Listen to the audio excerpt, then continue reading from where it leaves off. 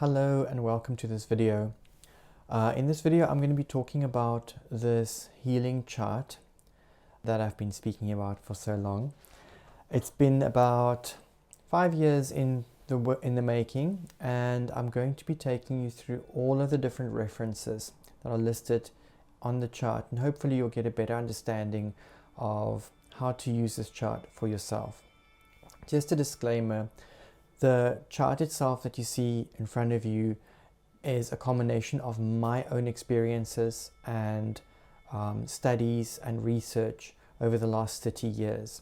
So the way that I put it together was based on my experiences, my workflows, and my tools and my approaches to healing.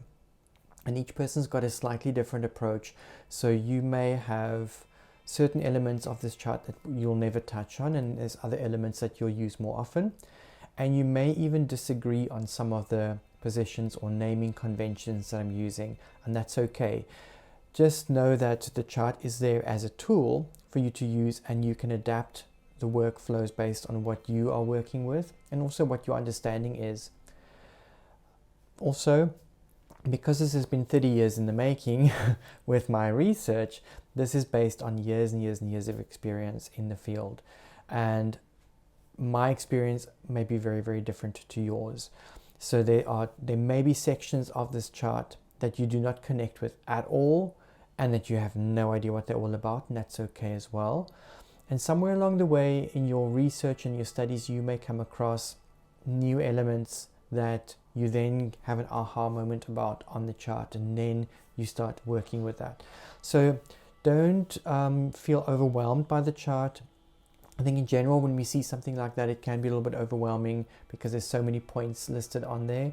You don't need to understand it all in one go. You don't need to know how it's going to work all in one go, but it is going to give you a template to work from, and perhaps a way of researching in the future where you go, oh, I really want to know more about these things, and then you can go and you can research that and find ways that you can work. Before we get into the chart itself, let me give you a little bit of background about myself. As I'd mentioned, I have been in this field of study for about 30 years and counting, and it's been a continuous flow of study for me. So the way that I work is I would learn something and I would find a way to implement that in my current workflows. Then I would go on to study the next thing. So for me, it's not really about accumulating knowledge non-stop and just pulling it all in. I want to have an understanding, a deep understanding of the system that I'm using. And before I move on to the next system, I usually complete the system before that. Sometimes I will study something and I'll pause for a year or 6 months or something while I'm integrating the work, and I find a way to work this into my workflows. And then once I know what I'm doing, then the study bug bites, and then I need to go on to the next thing again. I always say this is the last thing I'm ever going to study, and then before I know it, I'm studying something new. So this is a continuous story, continuous work that I've been doing. And again, your experiences are going to be different. So my background started with crystal healing. That's 30 years ago. And back then, crystal healing was not really known or even talked about. It was not something that anybody considered. Back then, it was seen as, oh, it's just stones. What are you going to do with stones? Anyway, I persisted with that, and I spent about 8 years researching and studying crystal healing. I worked with 2 mentors. I read every book that I could find my hands on. Back then, there were not many books on the topic. And I had my own personal experience where I had a past life flashback to Atlantis. It started off as dreams, where I remembered things, and then I met someone around that same time who were having similar dreams, and we could come together on a weekly basis and discuss our dreams, and we had exactly the same dreams. So that was our confirmation. And then as I worked with that more and more, I went into meditation, where I would dive into the meditation to get to Atlantis and to go back to that time, and I would accumulate some of that research and knowledge. And over time, I got so adept at jumping back to Atlantis that I could do it quickly and instantly. So I'll be working with a client with crystals, and I'll go, oh, I don't know what to do here, and then I'll quickly zip over to Atlantis and I go, oh, this is what I need to do, and I zip back, and then I work with it here. So that was sort of an eight-year journey working with crystals. Then I moved on to studying herbalism and aura healing. So they sort of were intertwined around the same time, because I had the same mentor that I used for herbalism as well as for aura healing. And that led me into massage, because back then people were not interested in auras and energy work. It was something that was not really considered. So I went into massage. Massage led me later on into Reiki, because I've always loved the energetic side of things. So I went into Reiki, and then that led me into Shiatsu, and then from Shiatsu went into polarity therapy. And as you can see, it's just a continuous rolling of treatments and modalities. The one that I probably spent the most time, other than crystal healing, studying was kinesiology. I spent about 6 years studying kinesiology. This is applied kinesiology, as it's known in America. In South Africa, we call it specialized kinesiology. And in Australia, it's kinesiopractic. So I actually studied with the Australian school and really got to grips of how these things work, and also how to test through lists and all these reference points and things that we worked with. And that was what sort of got me going on this reference chart. Initially, when I was doing remote aura healing sessions, I just started with a very simple chart with the chakras on. And then I found, oh, I need these references because I need to be able to call back on something. And then the chart grew and grew and grew. And before I knew it, I had this massive chart that was just a lot bigger than I started with, where my first one was just the A4 page.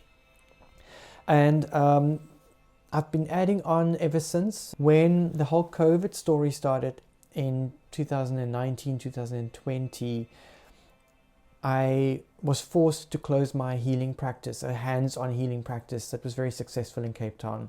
And I then decided to start working on my Bob, as I call him. So to work with the chart, or Bob, and I moved a lot of my business online. And so that also helped Bob, or the chart itself, to grow and become bigger and bigger and bigger. And so now I finally get to a point where I'm looking at it and I go, I think this is it. This is done. And so this is why this chart is going out into the world. And I recognize the fact that when you see this for the first time, it may blow you away and you may go like, what is going on over here? And so hopefully this video will guide you through that process. So I'm going to get us into the workflows now with the chart, and then we'll see how everything fits together. So the first question that comes up, and actually it should be the first question, but it's not always the first question for people. However, I very recently, as in this morning, had someone ask me, why are there two charts? Why is there one that is right and one that is left? And the answer is actually quite simple. In all of my workflows, or most of my workflows, I tend to find myself on the right-hand side of the client. And so my view that I have of the client is the client on the right-hand side. So this is for me sort of the up side. But when I started working with the actual chart itself, my partner looked at this and said it feels all upside down for him because he works on the left-hand side of the chart. And so what I then did was I then flipped it over to have the left-hand side of the chart. And so at the end of the day, it's all about personal preference. And so I would encourage you to select the chart that is going to match your way of working better. If you've never done remote healing or you're starting out, then again, pick a side that you feel comfortable with and then work from there. Perhaps something that may help you in making your decision. Energy comes from the left-hand side and it moves through to the right-hand side. So the left is the future and the right is the past. And so if you are standing on the left-hand side, you're standing on the future side of the client, and you can beam the energy in through the client's body and wash it through into the past. If you're standing on the right hand side, you're standing in the past side. You see standing downstream. So here what we can say is that you are pulling this future energy through into the present and into the past. So if you want to pull the energy through, or do you want to radiate the energy, it's entirely up to you. Or we can keep it very simple and just say, I prefer to stand on the left hand side, I prefer to stand on the right hand side, and that's okay. When we look at this chart, you'll notice that the main or the center stage is this character with all of these chakra points and reference points all over it. Around him is a whole bunch of tools, and while we're at the topic of him, her, I've tried my best to keep the character as neutral as possible, and so this could represent a male or a female. Sure, the body looks perhaps a little bit more on the masculine side, but just know that this body is representative of both male and female. I'm wanting to break down all the different aspects for you, and I think the easiest way to do that would be to start with whatever is sitting around the character or the central figure first, and then we can go into all of these external tools that are around. I also just want to bring to your awareness that you're not always going to use all of these elements around the chart. This is all going to be personal preference, and it also depends on the healing modality that you practice. Very important channels within the body that we work with when working with the chakra system is the Ida, Pingala and Sushumna, and they are sitting within the body. So the Sushumna is the central column, and then Ida and Pingala sits on the outside edges. There's also a green circle here which is seen as the void. I've also overlaid over the body something called ear and eye lines. Now these are not something that is part of healing per se, it's more of a reference so that you can find things in relation to each other. And so what I've done was to draw a line from the pupil down the body and also from the ear down the body. And so this will just give you a way to separate or divide the body into different sections, so it's easy to find which channel or which section something is sitting on. And for the ovary chakras, I have placed an extra grid just so that makes it easier to find. One of the most important sections that we have within this chart is the chakra layer, and the chakras would represent all of these energy vortices or energy centers that we have within our physical body and within the etheric body. Now, according to Indian tradition and the Vedas, they are not just these 7 or 14 or whatever amount of chakras that we have. There's actually a lot more, and so it depends on your workflows and where you are coming from. So on the major chakra level, of course, the 7 major chakras that we have within the body, this is the main ones that you'll find within the books and that you'll find in research, and those are probably the most well known. We have the base chakra at the base of the spine. We have the sacral chakra, which is around the navel area, just below the navel area. For the reference of this particular chart, I've actually placed the sacral on the navel, but usually for me when I work, I see the sacral just below the navel. The solar plexus, I've also moved a little bit lower than the position where I would usually see this in the energetic field. I usually see this a little bit higher up, just into the soft part under the xiphoid process.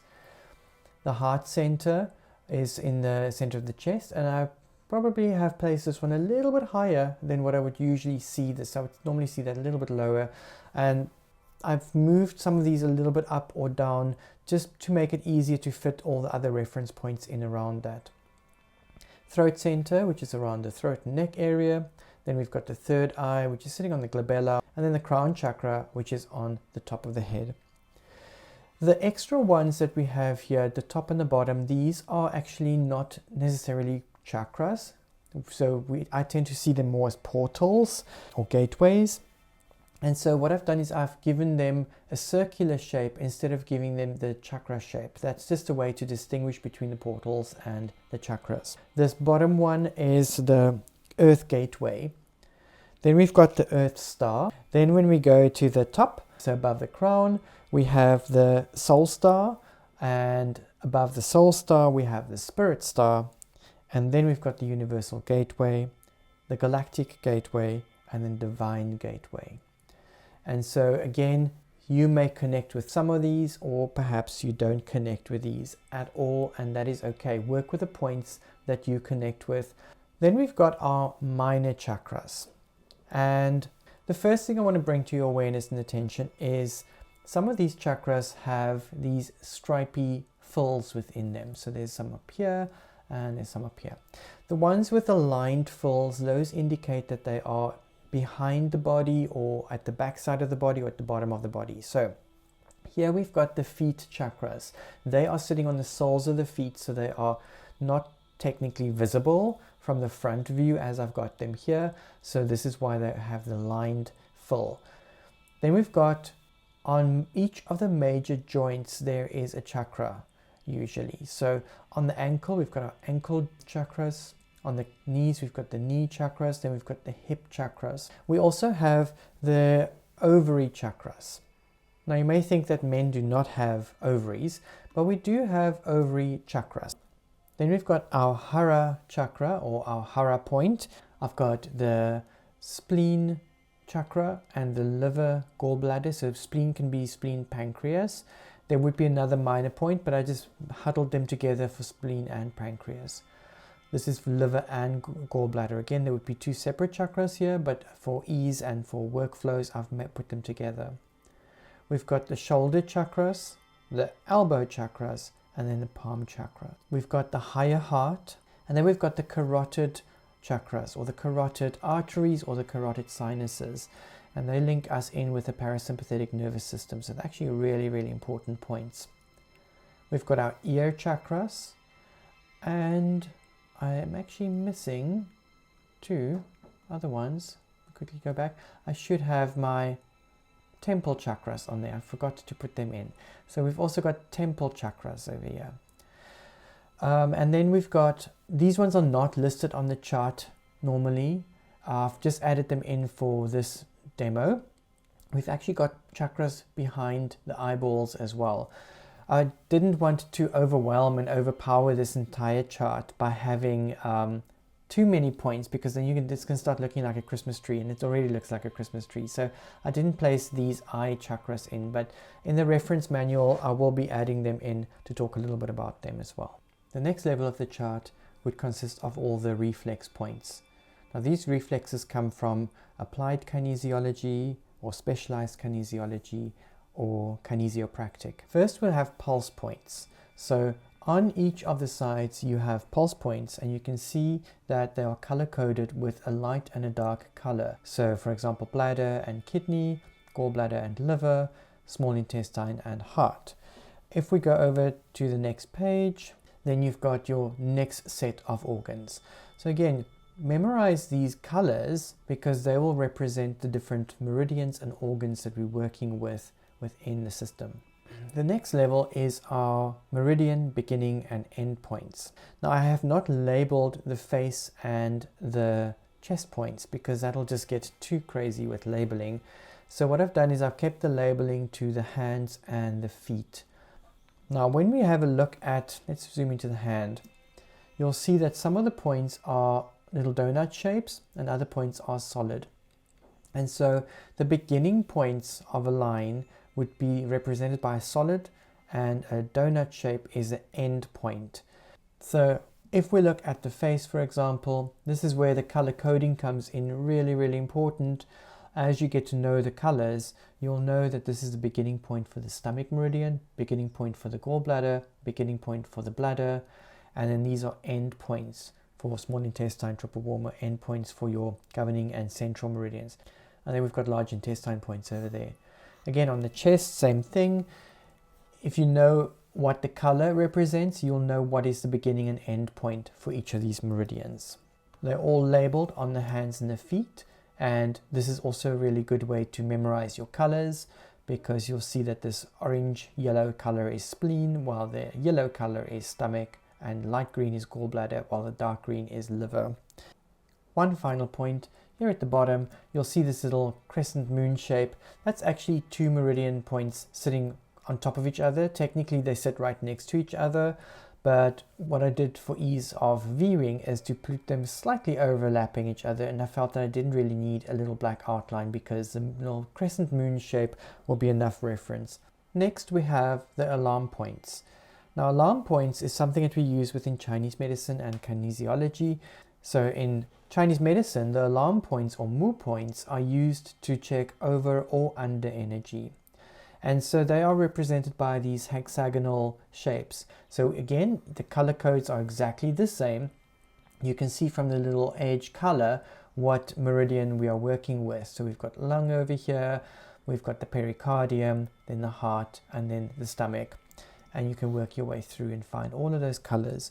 Just the ones to note out or to look out for is the colors between your fire elements. They're relatively close together, so it's a little bit of a fine tune. You'll see that here as well, but you'll get used to the color change, and it's, even though it's subtle, you will find what those are. As you also learn, you'll remember where the points are. Next we have the neuro-lymphatic points. Now the neuro-lymphatic points, again, this is kinesiology. If you do not understand these, you can skip them.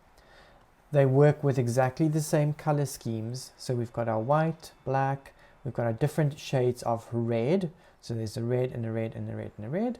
And some of them will be split where you'll see two colors. The split happens when we've got two different meridians sharing the same reflex point. It's like the lung and the gallbladder, for example, sharing this point. Lung has its own as well, but there's a different split.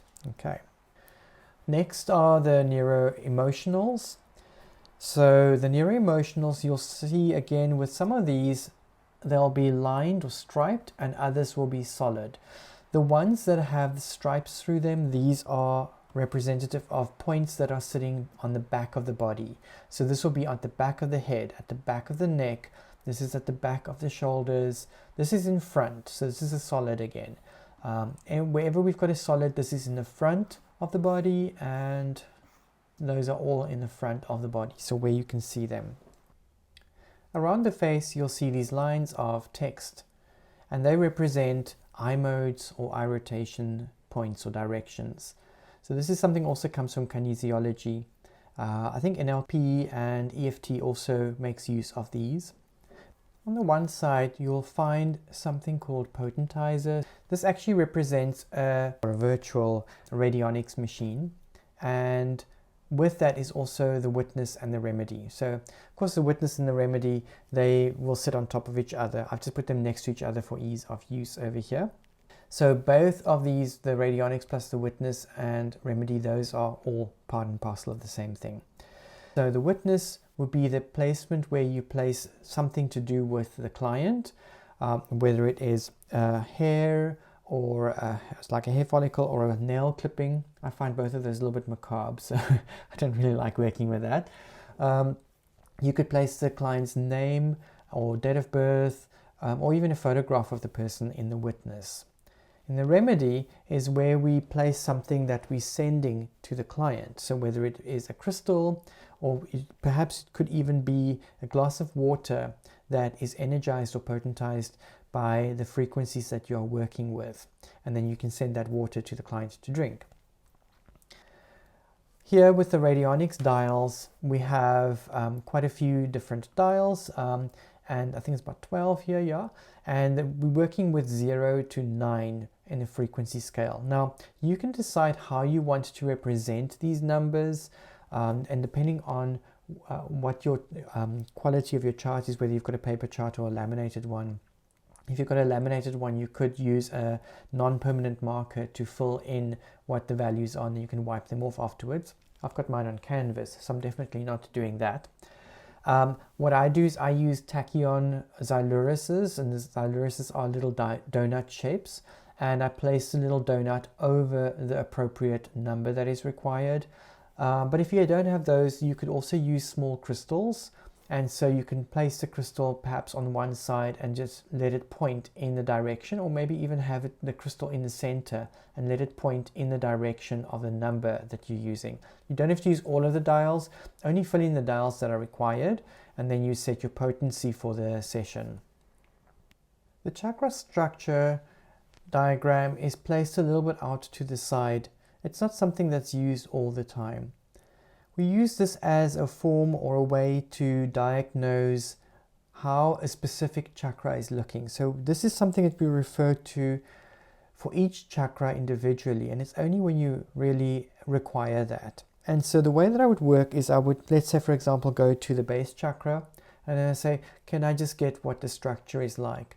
Is it leaning over to one side? Is everything centered? Is everything balanced? And I would find a placement within this structure as to where it is. Now you're going to find your own ways of working with these. I work either with contact, using a finger or my hand, and or I could use a crystal. Sometimes I use a tachyon, depending on what modality I'm working with. And if you're using it as contact, I'll place one hand. Let's say I'm working with the base chakra. I'll place my one hand or my finger on the base chakra, and my other hand I'll place on the structure area where it is, and then energetically, as I'm working, my finger will move slowly towards the central balanced area. And then once I hit this center point, I'll hold that and make sure that it's going to hold there before I then release contact, and then I move on to the sacral chakra where I may find, oh, now I'm sitting over here. So the colors associated with this, you'll see these reflect the colors that we have within the chakra system. And so what we could look at as well is that this could represent the different bodies within the body. So more on the physical level would be towards the reds, and more in the spiritual levels or the energetic levels will be more towards the purple. And so again, this is entirely up to you how you are going to be navigating this. Perhaps it's something that you never use. The angles and degrees that you see on the one side is something that you don't necessarily need to actively work with, but it is sometimes something that's handy when it comes to diagnostics or when it comes to giving a report to a client. And so if something is sitting in the back, you'll use your 270 degrees. The Chakra Dowsing chart is when you need to dowse for things. So when we talk about dowsing here, we're talking about using your pendulum to check a value or something. So perhaps you want to check whether a chakra is out, or a chakra needs to have a focus point, or where is healing needed. So your pendulum would swing in the direction that you need to focus on.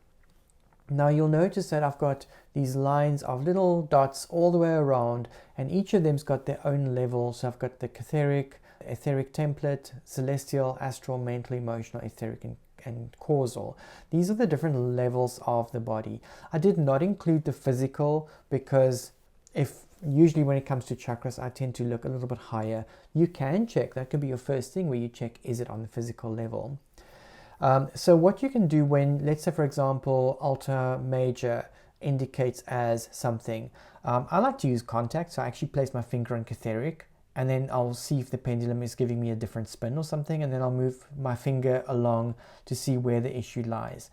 And I'm looking for something that's actually going to give me an indicator as to which level am I working on. Then you can also check whether it's in the front right, the front left, back right, and back. The dimensions are, as the name suggests, these are the different dimensions. So we've got our first dimension, second dimension, third, fourth, fifth, sixth, seventh, all the way through to the 12th dimension. You could use this as just a dowsing tool to see, I've got an issue in, let's say, the solar plexus. Which dimension is it sitting on? Is my issue sitting on the first, second, third, etc., etc.? How can I balance that now that I've got that information? So I use tachyons, I use crystals, or a soma bottle or something. So you can check what is needed to balance. Next we have our different bodies. They are related to some degree to the different chakras. And so I've used the colors that most closely represent the chakra that it relates to. So you'll find these colors and how they relate, but again, it's entirely up to you how you use this section. And so what you can do is you can balance these different levels either through working with contact, so touching the actual point and touching where you're working on the physical body, or by placing a crystal or a tachyon or a crystal essence or an aromatherapy oil or something in that location. The dowsing chart is something I use a lot on this chart. This is probably one of my most important sections. And so this is where I'm using my pendulum to check specific things.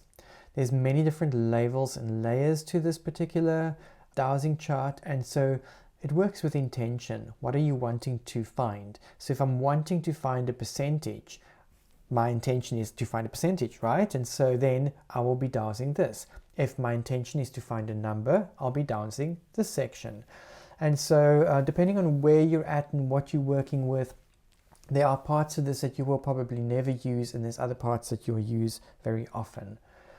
So the first sections that is the color spectrum and this Greek alphabet spectrum, and then here it says electric, magnetic, and electromagnetic. Those particular ones are in alignment with the universal pendulum. And so I use universal pendulums within the work that I do, and so I focus quite a lot on these radiostatic colors and frequencies and so forth. But if you do not have a universal pendulum, this is probably something that you'll never use. The color you may potentially use, but the other frequencies perhaps not. But again, it all depends on your practice and what your background is. The next section down, this is your meridians. So this is from a Chinese medicine perspective, and you'll see that there's different times associated with each of the meridians. These times are when the meridian is most active. The percentage is something that we do use often. I think most people will do that.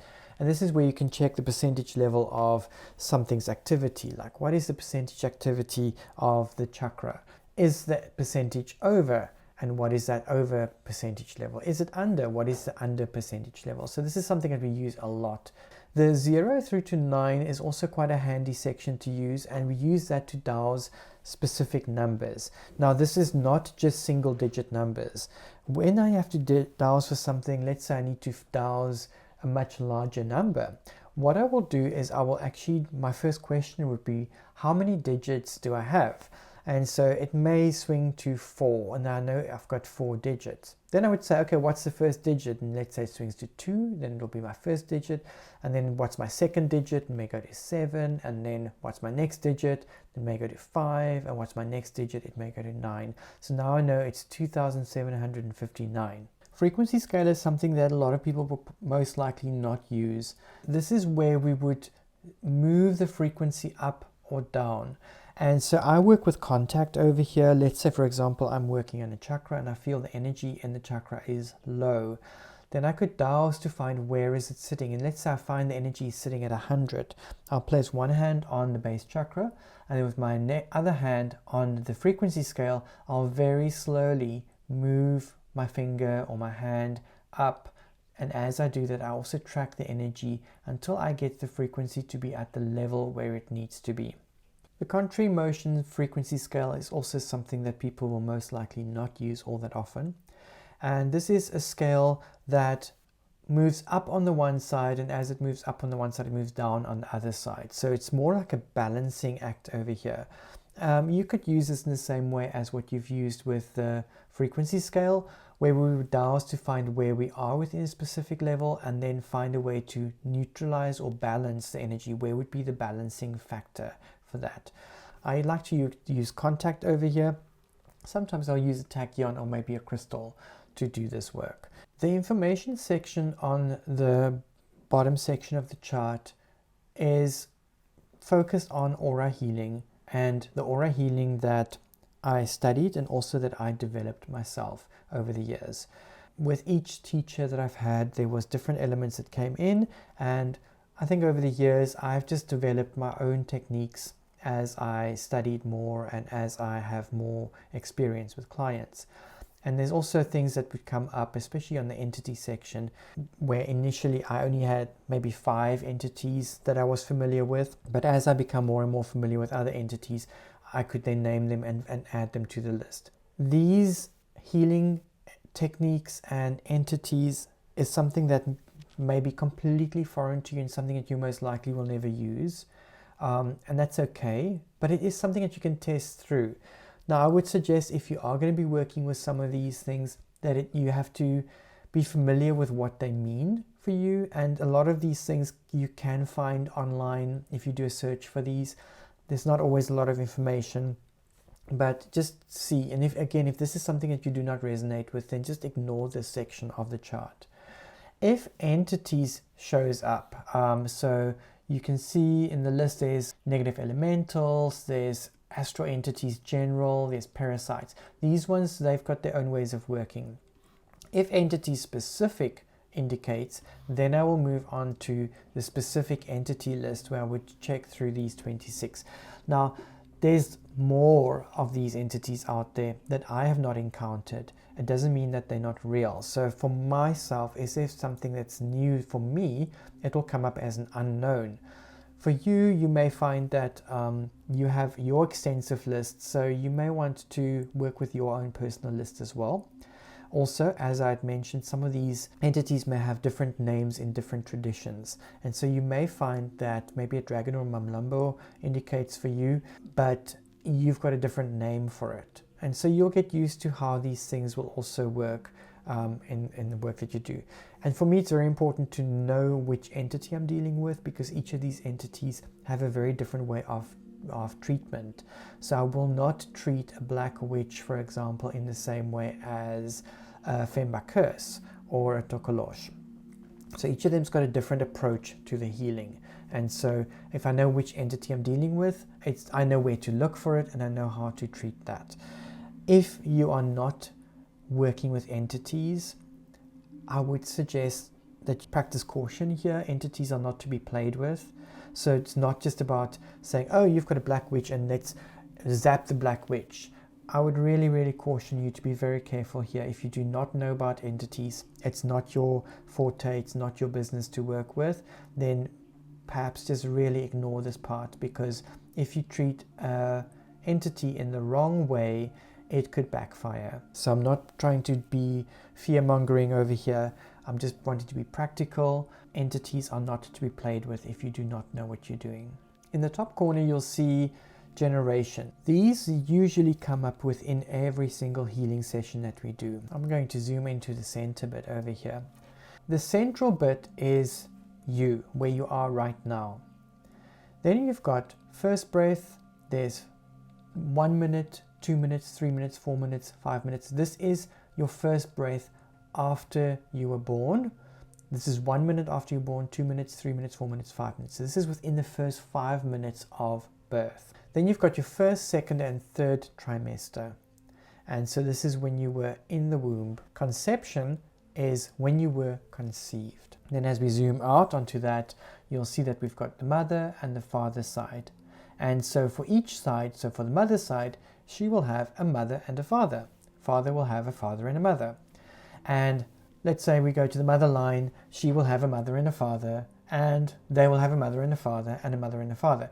So this is going to be your first generation back, second, third, fourth, fifth generation. There is a sixth generation level over here. If you wanted to, when you get to sixth generation, you can find exactly which one it is if you wanted to. There's a seventh generation back, then there's eighth generations, and then 10 to 20 generations, and 21 to 100 generations. The way that I work with this particular chart is I place a crystal or a tachyon in the center representing the person and your balancing point, and then I will find where the generation is. Then I will place another element, a tachyon or a crystal over here, and again, of course, I would dowse to find which is the appropriate one. Many times when working with generational healing, we also work with DNA healing. I use this to place down a crystal or a tachyon, and again I dowse to find what element must go where. What I have found very interesting in my work is that when a specific chromosome would come up as a balance, if I go and do research on that chromosome to find what problems are associated with it, it always lines up with the issue that the client is dealing with. I'm not giving you any information here about the chromosomes. This is something that you need to research for yourself. But from an energetic perspective, just intuitively use which ones you need to do. Also, I've tried my absolute best to randomize the colors as much as possible here. I did not want to follow any specific rainbow structure or any color prescription that says this specific chromosome is that specific color. So I've really randomized the colors. They've literally just splattered out. The color here represents nothing in particular. It is just a way to separate between the different elements so that we can find them easier. There's a handy little chart on the side that represents the different chakras and portals and what archangels are associated with it. I sometimes do use this chart as almost like a broader spectrum where I've got tachyons and crystals on the main chart itself, but I feel I need to bring some more energy. At the bottom of the chart, you'll see past, now, and future. And this is also one of those sections where you can use your finger or even a crystal to move about where we want to maybe track into the past to clear something, or we want to track into the future to bring energy in. And then our focus tend to be to bring the person back into the now. At the top of the chart, you'll see the neurovascular points. Neurovasculars is another point that we use within kinesiology, so applied or kinesiopractic. And they are reference points again to the different meridian systems, and we use those as ways to balance and clear. It's not necessarily something that you'll be placing a crystal on, although you can really do that. But it could be just more as a reference point. So I use this when I'm doing a kinesiology session with a client and I need to very quickly locate where the neurovascular is, so I can tell the client where to hold a point. But it can be used within energy sessions to clear as well. The vertebral reflexes or spinal reflexes are also ways to balance and work with the meridians. Again, this is kinesiology or kinesiopractic approaches. And so with each of the meridians, you'll see the color codes will be exactly the same as well. Now, then on a few locations on the chart, you'll see these Hebrew writing elements. These are based on the work of J.J. Hurtak. And in one of the training courses that I've done, I was introduced to these names of God. And the balancing ways of working with this is to say the names 12 times within the location. I found that they really lock or seal in the balance. You may choose to completely ignore these and just imagine that they're not there, but perhaps give them a try. And so when you end your session or you get to the end of a session, you have your hands around the feet of the client and you'll say Shem Shal Gabura 12 times. You can do this out loud or you can do it quietly. You then move to the head end of the bed with your palms facing the temples and you say El Elyon 12 times. You then move to the chest area, one hand over the heart, one hand over the solar plexus, and you say Shalomith Shalom 12 times. Finally, you move back to the foot end of the chart or the person, and your palms are directed towards the person's head so that you cover the entire energy field, and you chant Shekinah Om Shalom 12 times. I don't do that for all my sessions, but I do douse and check, and sometimes there'll just be an intuition or a feeling that I really need to do these names of God when I finish a session. I hope that you've enjoyed this little journey through the chart and that you found ways that you can perhaps incorporate these reference points into your work. If you already have one of these charts, I hope that it's going to benefit you knowing what all the different points are meant for, and also that you know that it's okay to skip and ignore any of the sections that you do not connect with. And perhaps what it does is it opens you up to a new way of working and perhaps a new place of discovery, new directions to perhaps look into. This is based on my knowledge, my experience, and my workflows.